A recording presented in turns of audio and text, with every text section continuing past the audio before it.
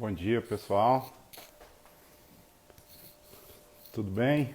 Vamos começar a nossa live em instantes. Estou esperando aqui nosso colega Gustavo Azevedo.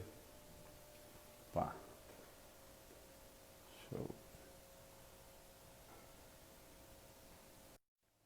ver se a gente conseguiu adicionar o Gustavo aí. E aí, Eduardo, tudo bom? Opa, tudo bom, Gustavo? Tudo certo? Você me escuta bem? Escuto bem. Acho que o pessoal está nos escutando também, né? Perfeito. Bom, dá um segundinhos aí para o pessoal entrar, enquanto a gente não começa. Tudo certo, Guga? Tudo certo, Eduardo. Como é que você está aí, São João? A gente aqui em Recife, tá em Pernambuco como um todo, o Nordeste como um todo, tá muito triste, né? Porque São João, passamos São João em casa, sem fogueira, né? Só comer um bolinho Isso. de milho, enfim. Ô, Guga, Mas sabe que aqui no DF a gente, apesar de ter muita gente que veio do Nordeste, a gente não tem tão claro a gente tem a festa de São João, mas a gente não tem tão claro como tem aí em Pernambuco essa questão do feriado e tal. Para a gente aqui a festa acontece no final de semana, enfim, é tradicional, mas não temos essa questão do feriado. Então o pessoal talvez não tenha não saiba que é mais importante ainda a sua presença aqui hoje, porque você está no meio de um feriado aí, né? foi por isso que eu botei a camisa xadrez. Só por conta do São João. Perfeito. Eu quando entrei no escritório, meu escritório um escritório, é filial de um escritório pernambucano aqui em Brasília, e eu achava engraçado porque o pessoal começava nessa época a falar Feliz São João e tal, e aqui em Brasília a gente não tem a festa, mas não tem esse costume, enfim, e não tem o feriado também. Mas eu acho que a gente pode começar a nossa discussão, né, Guga? Vamos lá, vamos lá. Vamos lá? Enfim, eu acho que valia a pena, antes de começarmos, agradecer ao espaço, ao presidente Délio, à nossa vice-presidente Cris Damasceno, que abriram as portas da ESA para esse debate, nosso querido coordenador da ESA, Fabiano Jantalha, que foi muito sensível em entender esse tema como relevante, enfim, proporcionar também esse espaço para discussão. Eu acho que essa discussão é muito pertinente, Gustavo, porque ela mostra uma necessidade de que a advocacia tenha um papel na construção de condutas conscientes e responsáveis no processo, né? A gente sabe que todo processo deveria ser fruto de uma avaliação de consequências prévias à sua existência, à existência do próprio processo ou a posição das partes no processo. Acho que isso é importante. Tem uma frase do Renato Russo que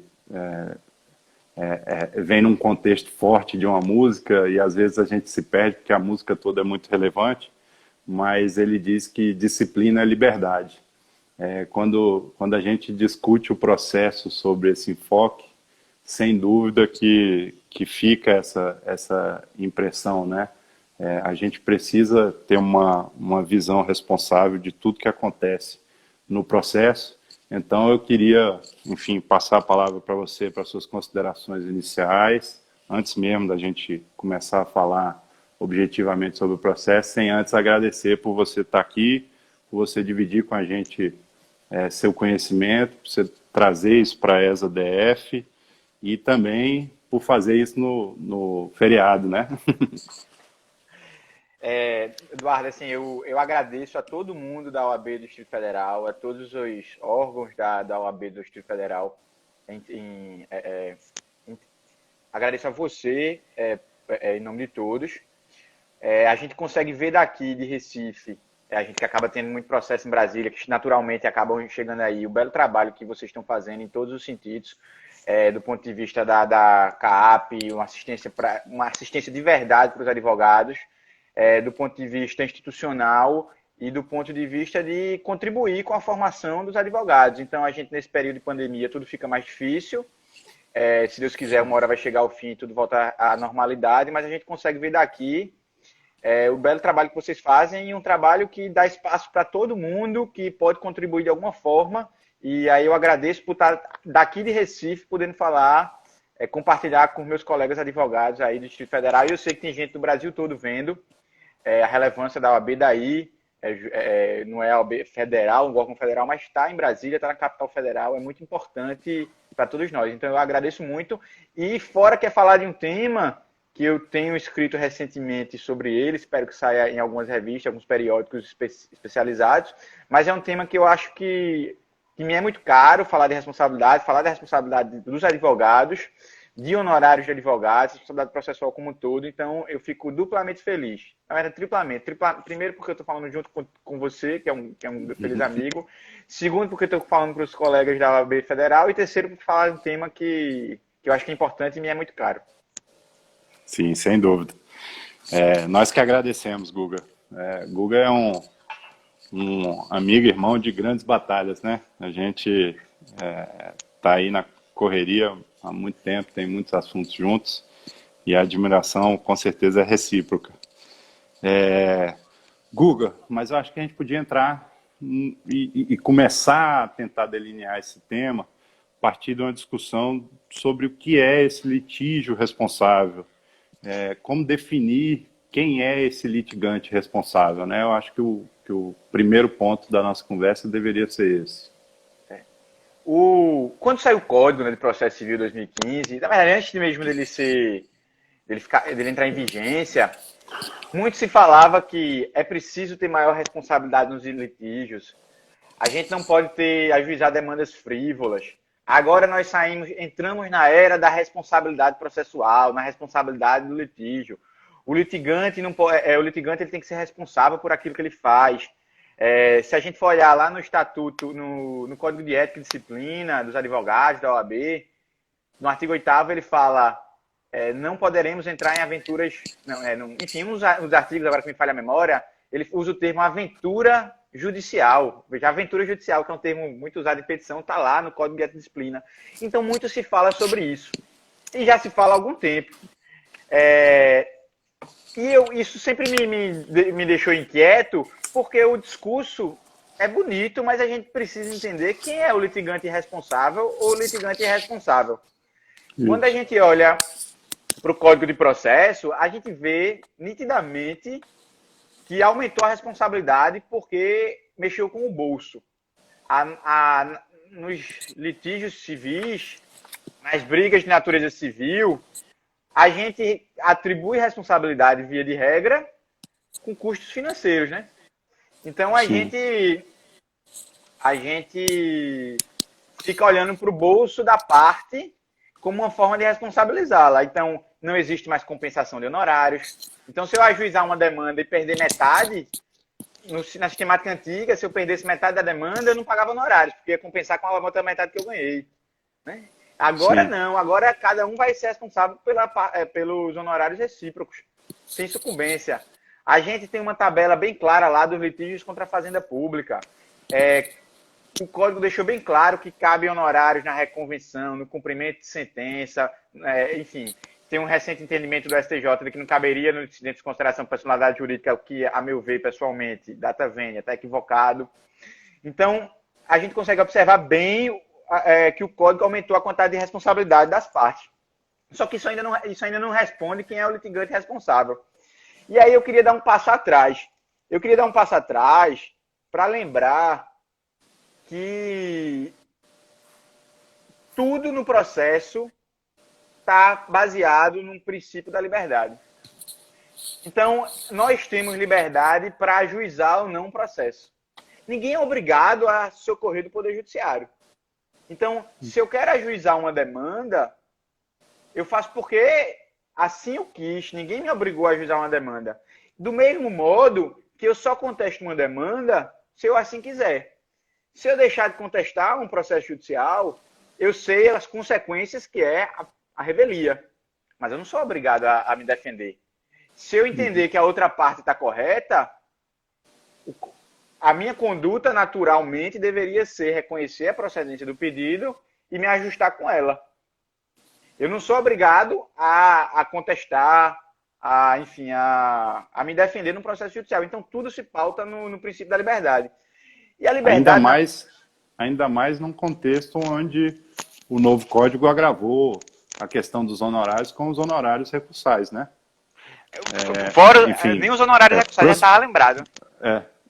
Prospectivamente, né, essa posição de defesa, ela ganha uma maior necessidade de análise ainda, porque se você olhar para frente do processo, você vai saber que, além de ter um critério mais objetivo e maior para a fixação dos honorários no novo código, também há a possibilidade de agravamento numa eventual fase recursal, né? Isso gera para mim a conduta de eu devo ou não devo recorrer, porque se eu perder, eu aumento a possibilidade de pagar maiores honorários. Então veja que está tudo recaindo sobre as minhas decisões, a minha liberdade de exercer ou não os meus direitos. E aí, veja, eu tenho a liberdade de exercer o meu direito de ação, eu tenho a liberdade de exercer o meu direito de defesa, eu tenho a liberdade de exercer o meu direito recursal, eu recorro se eu quiser. Só que aí a gente está muito atrelado, isso faz 30 anos, com o discurso dos direitos. Então todo mundo levanta para si um direito, eu tenho este direito, eu vou exercer o meu direito, e a gente tem muito aquele discurso que até parece brincadeira, mas procure seus direitos na justiça, né? Parece coisa de programa policial que passa de meio-dia, né? Na televisão. Procure seus direitos, na briga com o vizinho, a parte disso. Procure, vá na justiça procurar seus direitos, só que esse discurso ele é incompleto. E eu acho que isso é a parte mais relevante da nossa conversa. Falta o fim dessa frase, procure seus direitos. Procure seus direitos, vírgula, com responsabilidade. Então, eu tenho que saber que se eu me socorrer ao Poder Judiciário, eu tenho responsabilidades por isso. E as responsabilidades, elas estão previstas em lei. Sim, e até porque elas interferem em outras esferas, né? Não só... o seu direito não é estanque. Ele está ligado a outras circunstâncias, que são os interesses de terceiros, enfim, que é o custo do processo para o Estado, né? Tem uma série de consequências aí. Esse ponto que tu tocaste é um ponto muito importante, porque, vamos lá, eu tenho responsabilidade, eu tenho liberdade para agir ou não agir, para atuar ou não atuar no processo judicial, para acionar ou me defender. E com isso eu tenho responsabilidades. O discurso é direitos e responsabilidades. E essas responsabilidades, elas são bifrontes. Elas atuam em duas frentes. A primeira é pelo custo social do processo. Então, veja, o Estado para atender. E esse aparato é muito caro. Então, a gente sabe que, por mais que as custas contribuam para uma receita do Poder Judiciário, o Poder Judiciário não pode contar com custas para pagar salário de juiz, de servidor, custo fixo, construir prédio, aluguel, papel. Então, toda vez que eu ajuizo uma demanda, eu aumento o custo social do processo, o custo do Poder Judiciário. E eu tenho a responsabilidade por isso. Então, esse é o principal ponto. Depois, que aí continuando no ponto que tu tocaste, que é a responsabilidade por atingir terceiros. Se eu ajuizo uma demanda, Gustavo, contra Eduardo, eu estou colocando ele, eu estou trazendo ele para o Poder Judiciário e colocando o patrimônio dele sob risco. Então, Eduardo vai ter que contratar advogado, Eduardo vai ter que reunir documentação, Eduardo vai ter que perder tempo, Eduardo, se tiver que apresentar um recurso, vai ter que pagar custas.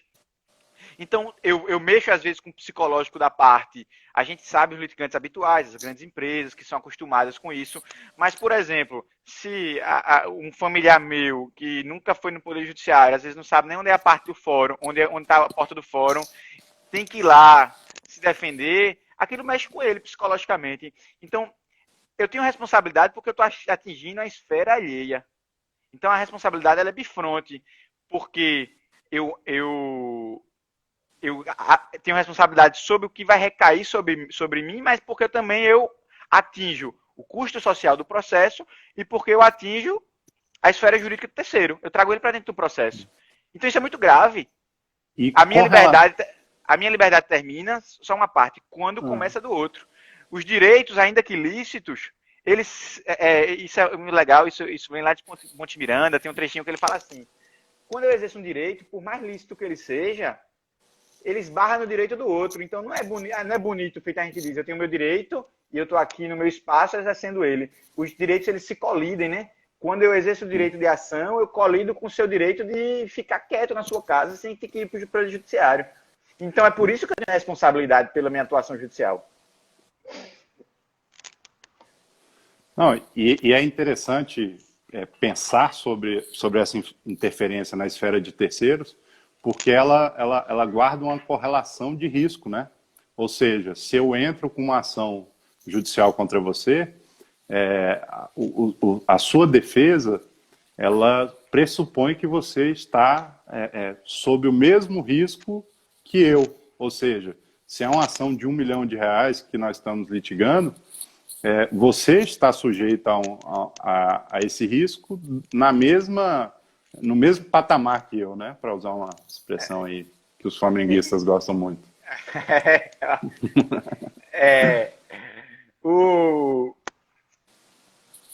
A gente é acostumado a ver, a gente falou em liberdade para exercer o meu direito de ação e de defesa, que me gera responsabilidades, e essas responsabilidades elas estão atreladas aos riscos. E os riscos, eles têm que estar previstos em lei. Porque se eu não souber os riscos, eu não tenho como calcular o meu atuar. Então eu preciso saber quais são as consequências para mim, para poder eu dizer atuo ou não atuo. E aí é por isso que o Código de Processo Civil 2015 é muito importante, porque ele deixou bem claro quais são os riscos. Está lá no artigo 82 até o artigo 90, englobando as despesas processuais, honorários de perito, custas e honorários advocatícios também. E aí os riscos eles são interessantes porque a gente geralmente só pensa os riscos para si. Quando eu ajuizo uma ação cobrando de Eduardo, uma ação monitória, eu gosto muito do exemplo da monitória, porque na ação monitória, quando você passa perto dos 15 dias de defesa, eu já tenho um título judicial. Então, se eu ajuizo uma ação monitória contra Eduardo, de R$100 mil, eu assumo o risco de ganhar esses R$100 mil, porque eu ajuizo a ação, se tu perdes, eu levo os R$100 mil, mas assumo o risco de perder e ter que pegar honorários advocatícios, de ter que pagar as despesas processuais que eu incorri, absorvê-las, na verdade, né, porque eu já adiantei. Se eu for beneficiário de justiça gratuita, eu vou ter que ressarcir o Estado no final, vou ter que pagar o Estado. Só que esse risco é relacional, ele não é relativo. O risco do autor é exatamente o mesmo risco do réu, que é o que tu falaste. Eu provoco um risco para ti, isso é o mais importante, de ser condenado nos R$100 mil. Então, se você perder o prazo por um dia, aquele prazo de 15 dias de se defender, eu tenho um título judicial, o teu patrimônio vai ter responsabilidade patrimonial. Então isso é muito grave.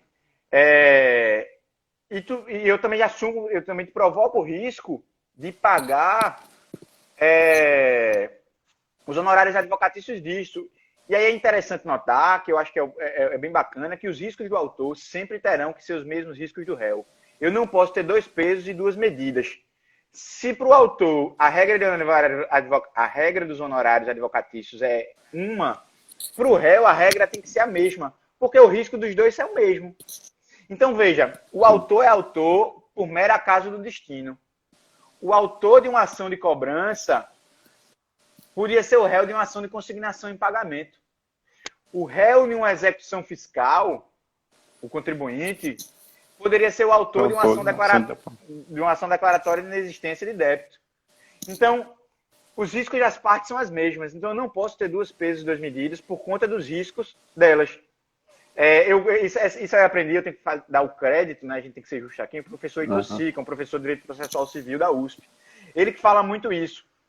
O autor é autor por mero acaso. O fato de eu chegar primeiro num processo, de eu ser o autor, eu não posso ter privilégios. Eu tenho que tratar o autor da mesma forma que eu trato o réu, porque senão eu estou criando uma balança que não está equilibrada. Então, o fundamento de tudo são os riscos. Os riscos que eu assumo e os riscos que eu provoco.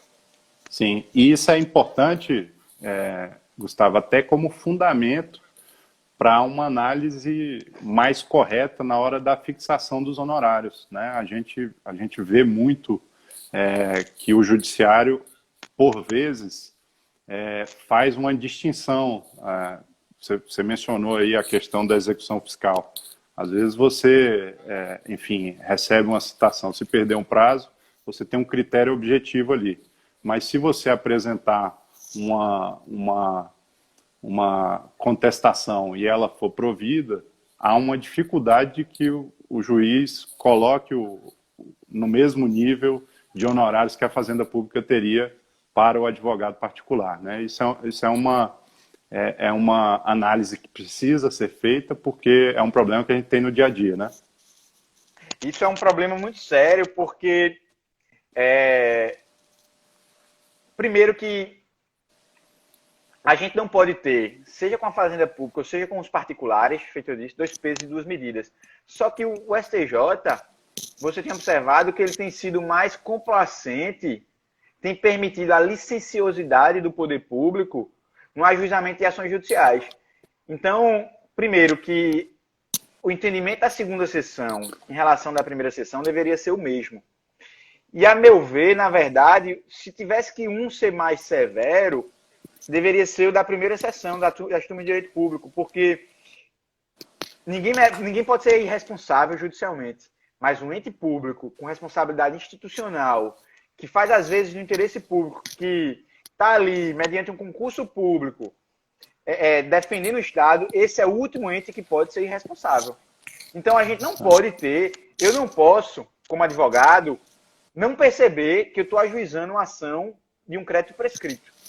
Eu não posso de jeito nenhum, porque é uma responsabilidade do advogado. Só que a AGU, a PFN, o Ministério Público, a Defensoria Pública, elas têm maior responsabilidade ainda. Elas não podem deixar que uma execução fiscal tenha um crédito prescrito seja ajuizado. Ou de um crédito que já foi pago. Isso é muita responsabilidade.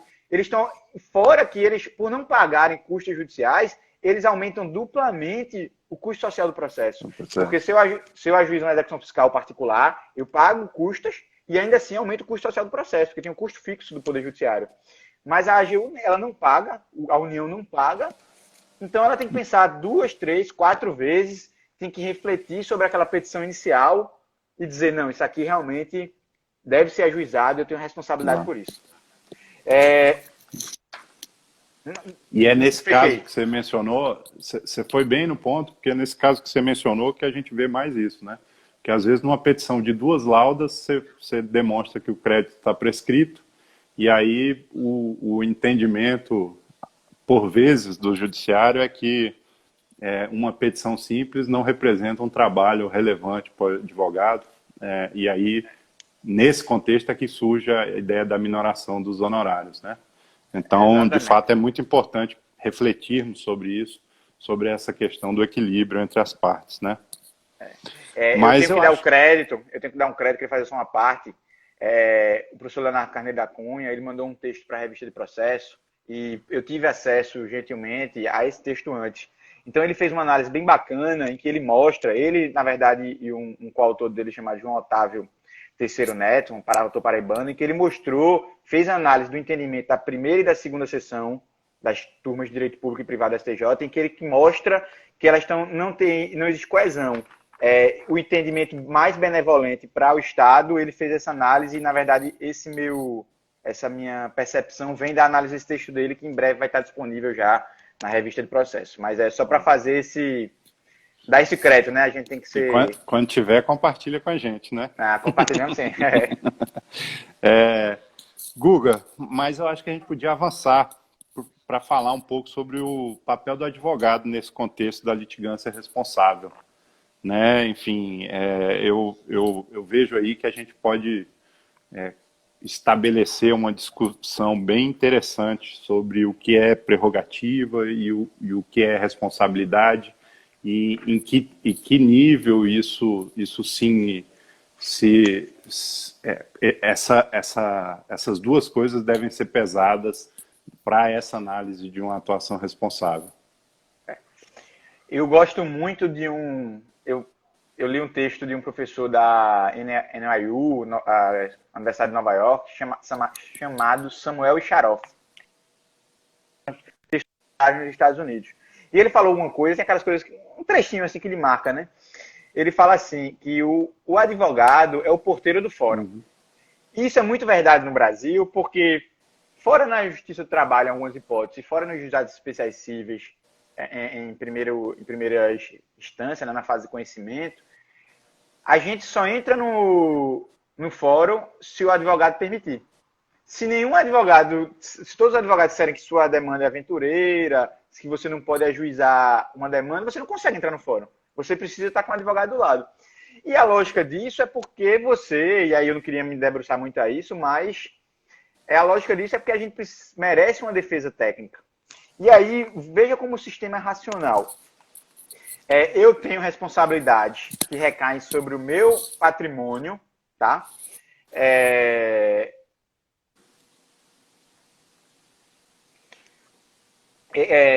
Eu tenho responsabilidades que recaem sobre o meu patrimônio na condição de parte, só que às vezes eu não consigo delinear, dimensionar, calcular bem essas responsabilidades, porque eu não conheço tecnicamente a legislação. Eu não consigo interpretá-la porque me faltou, digamos, o estudo técnico para isso. E aí a Constituição diz que o advogado é essencial à justiça, que para você postular em juízo, você precisa estar com um advogado do lado, que tem capacidade postulatória. Então, o advogado, na verdade, ele é um dos grandes responsáveis, junto com a parte, de avaliar, de aferir se aquela demanda ela é responsável ou não. E aí, respondendo o que eu disse lá atrás, o litígio responsável, respondendo a nossa questão lá de trás, o litigante responsável é aquele que para antes de ajuizar uma demanda e calcula os seus riscos. Então, ele calcula os seus riscos e calcula também os riscos da parte contrária. Então, quais são os meus riscos e quais são os riscos da parte contrária? E isso, no fim das contas, é uma aposta, porque todo o processo é um ambiente de incerteza. Eu não consigo dizer, a não ser quando o processo chega ao fim em trânsito julgado, e olha que ainda cabe a rescisória, e cabe a rescisória da rescisória, né? Mas fora quando o processo chega ao fim, eu não consigo dizer se eu calculei corretamente lá atrás. Então, a gente só consegue dizer quem é o litigante responsável no fim, mas eu consigo, com isso, fazer com que a parte, antes de ajuizar uma demanda, pare para calcular os riscos. E voltando para o advogado tem que estar colado na parte e dizer o seguinte, olha, o seu risco é esse. Seus riscos financeiros são de pagar e perder as custas judiciais, de pagar uma perícia, de ter que ressarcir custos recursais da outra parte, de pagar honorários. Quais são os riscos de honorários? Esse pedido aqui, a probabilidade de você ganhar é muito alto, porque tem um recurso repetitivo da STJ. Esse aqui é baixíssimo, porque o entendimento vem se formando no sentido contrário ao seu, muito embora ainda não tenha fincado o pé. Então, esse é o papel do advogado. Então, a gente conseguiu, nos últimos anos, uma série de conquistas. Uma série de conquistas muito grandes. Só que a gente tem uma série de direitos, o direito de acompanhar, de só os advogados têm capacidade postulatória, a gente tem prerrogativas para poder exercer as nossas funções. Se a gente olhar no Código de Estatuto, nossa função ela é um munus público, a gente trabalha em prol da sociedade, no fim das contas, mas com isso tem nossas responsabilidades. A gente a gente tira a carteirinha da ordem, não para guardar no bolso, mas para exercer com seriedade. Então, eu chego no fórum, mostro a carteira da ordem, mas eu tenho que mostrar com responsabilidade. E é por isso que a gente olha para o Estatuto da Ordem, a gente olha para o Código de Ética, e tem lá, a gente tem que estimular a conciliação dos litigantes, está no artigo 2º, inciso 6º. Por quê? Porque com isso diminui o custo social do processo. Sim. No inciso 7º, a gente tem que, é nosso dever aconselhar o cliente a não ingressar em aventura judicial. Ou seja, a gente tem que dizer o seguinte, olha, a sua responsabilidade aqui é alta, você tem muito risco de perder. Você vai perder e vai ter um risco alto, então não entre com esse processo. É nossa responsabilidade fazer isso. Se a gente não fizer, a gente tem que ser penalizado por isso. A gente tem essa obrigação. E quando eu olho para o artigo 8º, é o que mais me brilha os olhos no Código de Ética e Disciplina. O advogado deve informar o cliente de forma clara e inequívoca, dever de informação clara e inequívoca, quanto a eventuais riscos de sua pretensão. e das consequências que poderão advir da demanda. Ou seja, cliente, seus riscos são esses. Você vai querer assumi-los. Veja como está tudo atrelado. Até porque, Guga, a gente fixa muito essa questão do risco na questão financeira, ainda mais depois do novo código, porque houve, de fato, um agravamento desse ponto. Mas há outras questões além. Ontem eu conversava com a colega que me noticiou uma reunião que participou para entabulação de um acordo e que as partes sentaram na mesa já com uma parte derrotada, porque ela fez uma ação judicial atabalhoada e o início da relação entre as partes ali naquela reunião era um pedido de desculpa pela ação, para dizer que não era bem aquilo que se queria, vamos fazer um acordo aqui para a gente poder criar uma outra circunstância lá na frente. Então, além do risco financeiro, há também outros riscos envolvidos, né? Como você disse, está tudo ligado. E, enfim, definir essa litigância responsável é muito importante também por isso, para mostrar para todos nós e para a advocacia que o dever de informação não é só o dever de informação objetivo sobre o risco financeiro das custas e dos honorários, mas também analisar a questão de forma global, sistêmica, para que o cliente não seja exposto a um risco negocial ou de qualquer outra natureza a partir de se intentar uma relação, né? Sem contar que, enfim, quando você entra com uma ação que é claramente inviável, você também descumpre um dever de lealdade com o terceiro, né? Além de aumentar o custo social do processo, você também interfere aí diretamente no interesse de terceiro. O pessoal da análise econômica do direito consegue mostrar isso de uma forma bem legal, porque tudo isso que tu disseste a gente pode analisar do seguinte prisma, que é o que eles falam. Os riscos da parte são porque a condenação, os ônus sucumbenciais recaem sobre a parte, não recaem sobre o advogado, a princípio. Uhum. E, por outro lado, o advogado só tem um risco, do ponto de vista financeiro, que é investir numa ação sem remuneração e perder no final. Porque mas isso só vale se a remuneração do advogado for de êxito. Se ele receber uma bolada que já remunere todo o serviço que ele vai ter para frente até o trânsito em julgado, sabe qual é o risco do advogado? Zero. Porque o bolso dele e o tempo dele está remunerado. Então, se a demanda, no fim das contas, for julgada improcedente, se o cliente dele perde, ele não assumiu risco nenhum, porque ele foi remunerado por isso. Então, o risco dele é zero. E aí, daí por que a gente tem que entrar com o discurso da responsabilidade do advogado e dizer o seguinte, olha, você, independente do seu risco, você tem que pensar no risco do seu cliente. E isso é muito sério, porque, enfim, no fim das contas, a gente é mandatário de direito alheio, né?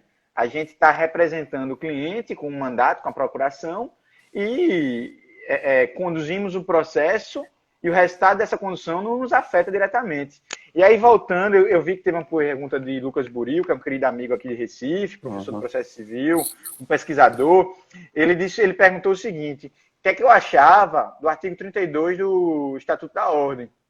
Que diz assim, o advogado é responsável pelos atos que, no exercício profissional, praticar com dolo ou culpa.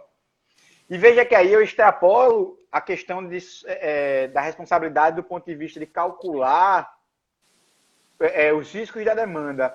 Quando eu estava falando de litígio responsável, eu ainda estou falando de atos ilícitos. A princípio, ajuizar uma ação, não existe ilicitude nisso. Se eu perder, eu pago os custos do processo. Agora, se eu ajuizar uma ação com abuso de direito, se eu incorrer em atos de litigância de má-fé, aí eu já estou falando de atos ilícitos que devem ser penalizados e as sanções devem ser aplicadas, né? Aí estão lá no artigo 80 do Código de Processo. E aqui o artigo 832, eu estou falando da responsabilidade do advogado. O artigo 80, ele fala da responsabilidade das partes por atos de litigância de má-fé. Mas o artigo 32 aqui do Código do Estatuto da Ordem, ele fala de dolo ou culpa. Se eu, advogado, com dolo ou culpa, orientei, com negligência, imperícia e imprudência, orientei de forma inadequada o meu cliente, eu tenho que sofrer uma responsabilização por isso. Porque isso pode fazer com que o meu cliente seja responsável por uma pena de litigância de má-fé, ou até, não de litigância de má-fé, mas responsabilizado por custos do processo que ele não esperava. O que é que o advogado tem que acontecer com ele? Ele tem que ser responsabilizado.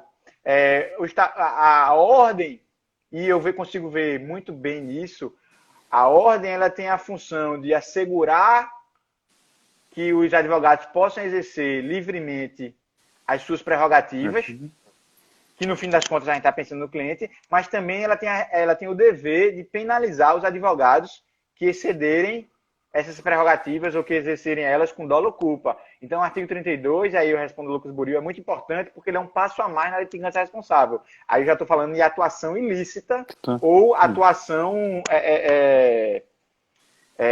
enfim, que merece responsabilidade por negligência, imperícia e imprudência. E é importante deixar claro, né, Guga, marcado mesmo, que há uma diferença entre a litigância irresponsável e o cometimento do ato ilícito, enfim, no processo, porque são coisas distintas, né? Às vezes a parte tem alguma vantagem em oferecer uma ação temerária, quer porque consiga tempo e fôlego para um acordo, quer porque tem a expectativa de que uma eventual perda de prazo a favoreça. Então tem uma série de circunstâncias que diferenciam o que é a litigância irresponsável do que é o cometimento de ato ilícito no processo, né? Eu consigo enxergar uma escadinha, né? Digamos assim, de forma bem nítida. Primeiro, quando a gente está falando de litígio responsável ou irresponsável, a gente não está falando ainda de ato ilícito. A gente só está pensando em consequências pelos meus atos lícitos. E isso é comum. Eu posso ter consequências por atos lícitos. Eu não preciso só ter consequência diante de ilicitude. Então, eu ainda estou na seara do ato lícito. Depois, se eu der um passo para cima, subindo essa escadinha, eu estou falando da litigância de má-fé. Ou seja, atos no processo, que estão previstos lá no artigo 80, via de regra, e que vão me provocar responsabilidades porque eu pratiquei um ato ilícito, ou seja, a lei de temerária, agir com dolo ou culpa, contrariar a verdade dos fatos. Então, tudo isso já é atos ilícitos, e atos ilícitos merecem reprimenda e as sanções lá do parágrafo 1º e 2º do artigo 80. E vejam o seguinte, que eu posso ter o vencedor, ele pode incorrer em atos, que foi o que você disse, em pena de litigância de má-fé. Eu ganhei o processo, não vou incorrer em honorários advocatícios, nem nas despesas processuais, mas em algum momento no curso do processo, eu agi de má-fé. E aí eu vou ser condenado por má-fé. Então eu ganhei o processo, mas agi de má-fé em algum momento. Eu tenho que ser penalizado por uma isso. eventual retenção de autos, algum outro... Você ser vencedor não apaga os seus atos ilícitos, entendeu? Você tem que ser penalizado por eles. Não é uma sanação de tudo que eu fiz. Veja que depois disso ainda tem um próximo passo dessa escadinha, que é o abuso do direito processual, ou o abuso do direito de ação. Então, eu posso ajuizar uma demanda abusando do meu poder de demandar, que é um passo a mais da litigância de má-fé. Então, quando eu abuso de um direito, ou seja, eu exerço ele com desvio de finalidade, é um ato ilícito. Sendo um ato ilícito, eu tenho que ser penalizado por isso. E aí eu dou o último passo nessa minha escadinha, que é a simulação processual. E a gente conhece muito bem as experiências que a Justiça do Trabalho trouxe de lides simuladas. Ou seja, ajuizar ação em conluio, em fraude, para poder, enfim, prejudicar terceiros.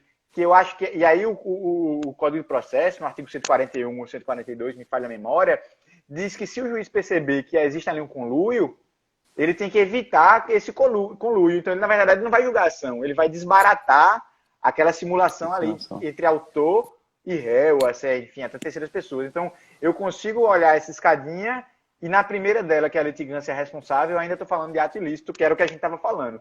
Se eu der um passo à frente, eu vou falar de litigância de má-fé, de abuso de direito de processo, ou alguns passos à frente, né, ou simulação processual. Não. Perfeito. E como é que você acha que a diretriz da litigância responsável serve para interpretar as regras de honorário, de custos processuais em geral? Essa é a cereja do bolo, né? É, Como a gente fala, e aí? Como é que ficam realmente, como é que a gente vai distribuir os ônus da sucumbência? E eu isso. queria dar um passo atrás novamente para lembrar o seguinte: nem sempre os ônus sucumbenciais foram regidos de forma objetiva, que hoje a gente fala da regra da causalidade, né? Quem deu causa ao processo indevidamente é quem deve pagar os honorários. Nem Sim. sempre foi assim. E segundo, que nem sempre os honorários pertenceram aos advogados. Se a gente voltar no tempo, se a gente olhar para o Código de Processo 39, quando ele foi editado, pagava os honorários somente se o perdedor, o vencido, perdão, tivesse incorrido de má fé. Então veja, má fé ou com culpa. Então veja que lá em 39 a responsabilidade não era objetiva, era subjetiva. Eu tinha que aferir se o vencido atuou com má fé ou com culpa para poder responsabilizá-lo pelos honorários. Só que isso era muito difícil. A gente não conseguia identificar isso. Veja o exemplo na ação civil pública. A ação civil pública é uma reminiscência desse sistema em que ainda se exige para ter condenação em honorários má fé ou culpa. Má fé, basicamente má fé. Então, a gente nunca tem condenação em honorários na ação civil pública, porque eu nunca consigo comprovar que houve má fé ou culpa. É muito difícil isso. Só que aí, em 1964, o Código 39 ele alterou e a responsabilidade passou a ser objetiva da forma que a gente imagina hoje. Só que na época ainda tinha muita dúvida se os honorários eram titularizados ou não pelo advogado. E o Estatuto da Ordem Antigo, que é de 63, 10 anos antes do Código de Processo Civil, ele meio que sepultou essa dúvida, ele meio que aumentou essa dúvida, deixando tendente a dizer que os honorários pertenciam aos advogados. Mas assim, a gente não conseguia cravar ainda. Era uma dúvida que os advogados vinham perdendo essa batalha, não, os honorários tinham que pertencer à parte, porque servem, na verdade, para ressarcir o que ela investiu em honorários contratuais. O Estatuto da Ordem de 63 aumenta essa dúvida, dizendo, não, aqui os honorários são da parte, são dos advogados, fica aquela confusão ali, mas quando chega o Código de Processo 73, meio que se bate o martelo para dizer o seguinte: olhe, os honorários pertencem à parte. Só que em 1994, isso foi sepultado. Os honorários de sucumbência pertencem aos advogados. Com o Código de Processo de 2015, se estava sepultado, a gente botou uma plaquinha em cima, né? O RIP, né? Rest in Peace. Uhum. O parágrafo 14 do artigo 85 diz: os honorários são uma verba titularizada pertencentes aos advogados. E o parágrafo 15 ele é melhor ainda, porque ele diz o seguinte: além dele pertencer aos advogados, eu posso optar em que os honorários sejam recebidos pela sociedade do qual eu integro. Então é uma opção minha, eu recebo em nome próprio, eu recebo pela sociedade da qual eu integro. E isso não tem nenhum problema, porque existe uma responsabilidade ilimitada do sócio da sociedade de advocacia em relação à pessoa jurídica, que é a sociedade. Então, a gente tem que lembrar que o nosso sistema ele é diferente dos sistemas estrangeiros. Os honorários eles destinam-se ao advogado. Eles não destinam-se a reparar um gasto que a parte traz, que a parte incorreu no processo.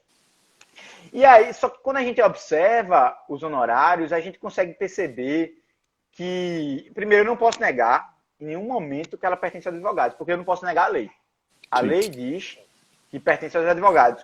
Só que os honorários, eles são a melhor forma de você atribuir risco à parte.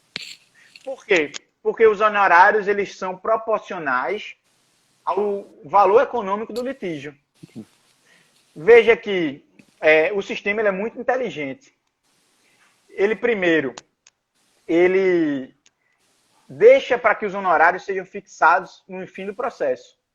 Eu só sei quando eu só vou atribuir honorários quando eu descobrir quem deu causa indevida e olhar o litígio de forma holística, de forma global.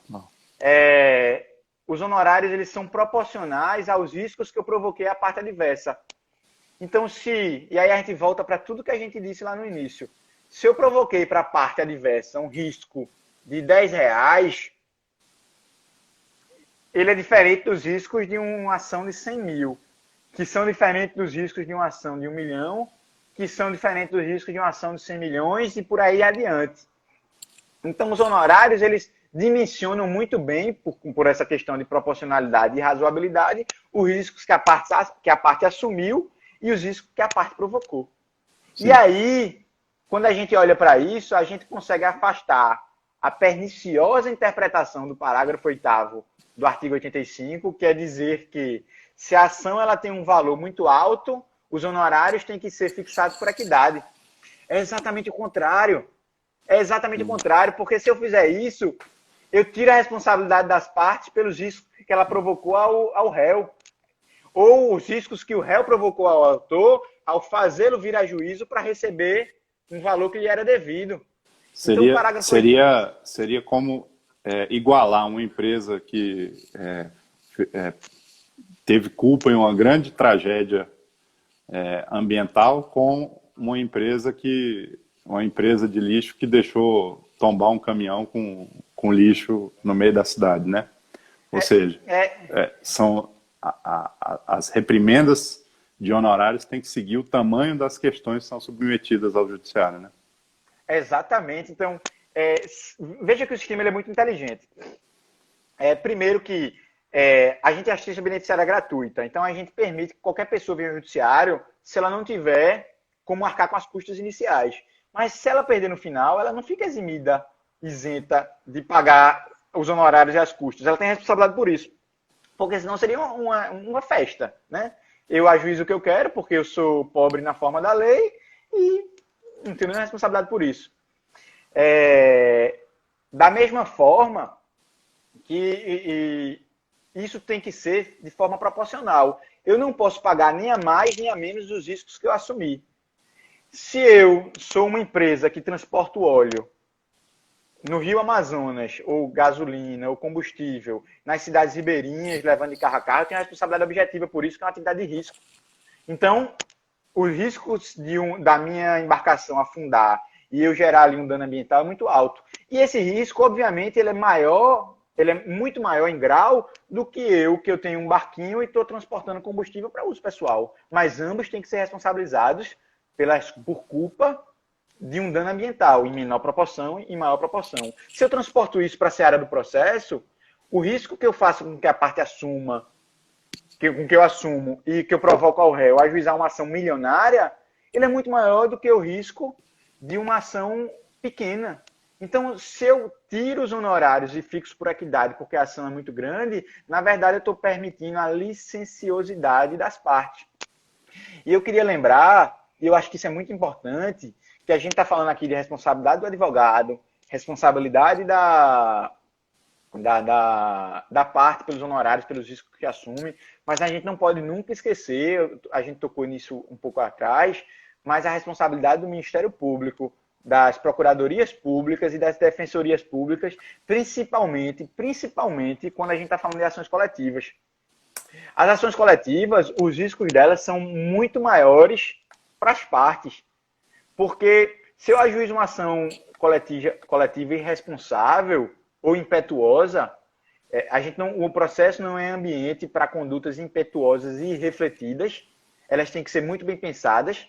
Eu gosto muito dessa palavra, impetuosidade. Eu aprendi isso com um professor que ele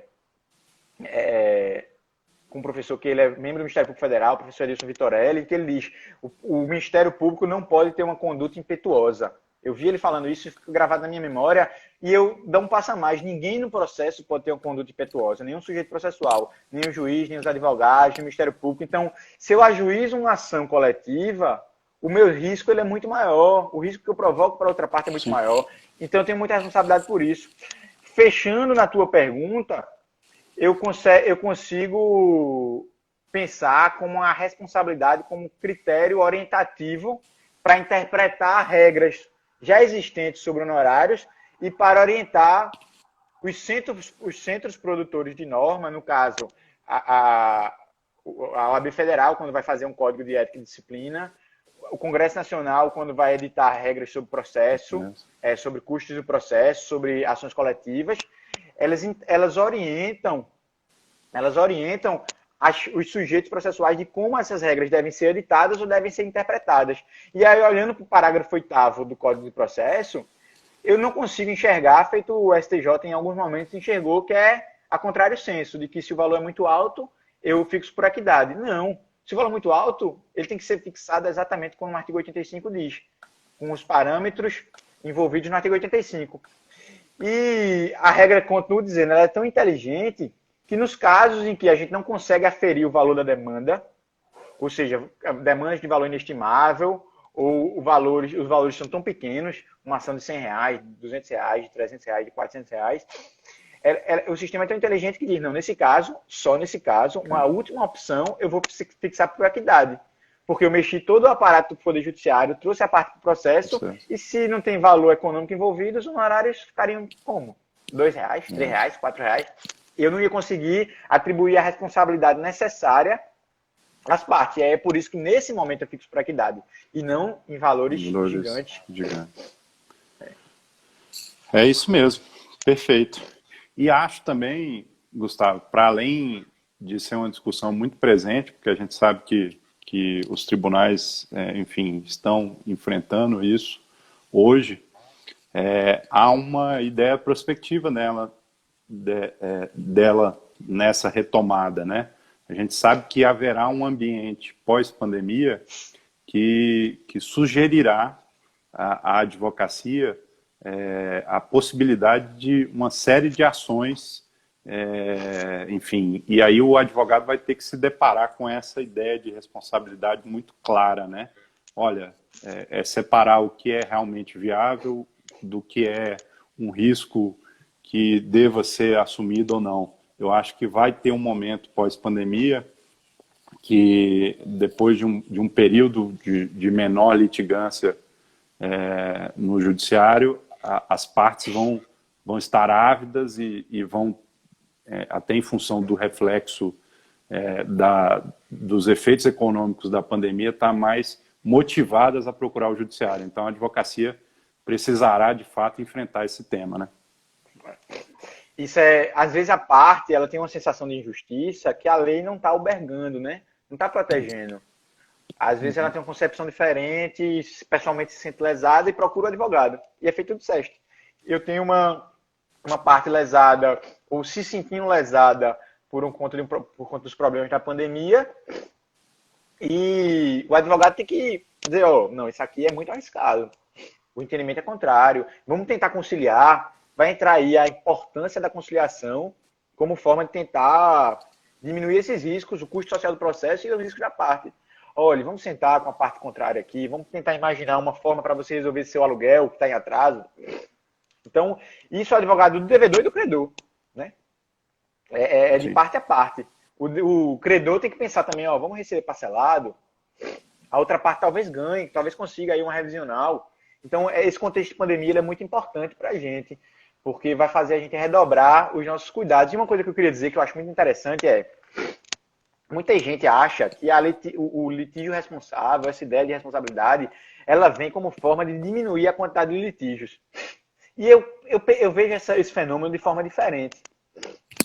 Eu acho que a gente não quer diminuir, não é o principal fundamento de você ter litígios responsáveis, não é querer diminuir a quantidade de litígios. Isso é uma consequência, óbvio, porque se eu tenho mais responsabilidade e eu vou atuar menos, é uma consequência natural, digamos, é um corolário. Mas vamos imaginar um sistema europeu, ali dos países escandinavos, em que quase não tem ação judicial, a litigiosidade é baixíssima, enfim, a gente não tem problemas de um judiciário abarrotado, mas por conta disso eu vou incentivar o litígio irresponsável? Eu vou tirar os custos do processo por conta disso? Não. Então, veja, o litígio responsável ele tem que ser responsável em qualquer ambiente. seja num ambiente de alta litigiosidade ou de pouca litigiosidade. Isso faz, por consequência, obviamente, diminuir a quantidade de litígios, faz, mas não é o principal objetivo. Para isso, o sistema, com forma que tem por principal objetivo diminuir a quantidade de litígios, o sistema traz outras soluções. Recursos repetitivos, enfim, precedentes obrigatórios, artigo 927, enfim. Honorários recursais, honorários no cumprimento de sentença, enfim, vários outros, né? Mas, enfim, eu acho que é isso. Acho que a gente conseguiu, menos de uma hora, né? Dar aí um panorama geral sobre o tema. Mas se me permitisse, se o Instagram permitisse, a gente passava aqui umas 2, 3 horas falando sobre isso. Inclusive, eu ia abrir uma cerveja, já que aqui é feriado. Aí é bullying, que a gente está trabalhando aqui ainda. Mas, Guga, o nosso querido Fabiano Jantalha, coordenador da ESA, já deixou uma mensagem de agradecimento aqui. Eu queria, em nome da OAB-DF, da ESA, do DF, te agradecer por esse tempo, ainda mais no feriado. Você trouxe muito conhecimento para a advocacia do DF, sem dúvida esse tema é bastante relevante. Eu tentei não atrapalhar e acho que consegui o intento. Mas obrigado por tudo aí. Enfim, se você quiser despedir do pessoal. A internet tem 3 minutinhos aqui. Eu que agradeço a ti, Eduardo, pela oportunidade. Agradeço a todo mundo da OAB Distrito Federal, ao nosso presidente Délio, que está fazendo um belo trabalho. Feito eu disse no início, um belo trabalho em várias frentes, na Caixa de Advogados, numa instituição como um todo, e aqui nessa parte de tentar contribuir tecnicamente com discussões modernas, contemporâneas, né, para os advogados do DF. Eu agradeço muito. E o que eu mais espero é que tudo isso passe para que quando eu estiver em Brasília, tiver alguma coisa para fazer aí, poder estar aí, estar pessoalmente com vocês da OAB-DF, estar com você, meu amigo, lhe dar um abraço, para que, enfim, a gente possa se ver pessoalmente em outros ambientes que não virtual. É bacana, é muito bom estar aqui, mas nada como estar pessoalmente, conversar o olho no olho, que, enfim, o ser humano ele é feito dessas relações afetuosas. E, enfim, agradeço bastante por tudo isso e espero que eu possa ter... Eu não sei se vocês gostaram de me escutar, mas eu gostei muito de falar para vocês. Foi muito bacana estar aqui. Não só gostamos, mas eu tenho procuração aqui para falar em nome da ESA, que o nosso Jantalha já me deu. E assim que isso tudo passar, você vai falar para a advocacia numa palestra aqui no nosso auditório, que a gente vai marcar oportunamente. Tá bom? É isso. Valeu, meu amigo. Valeu, Eduardo. A gente fica por aqui. Até mais, pessoal. Um abraço.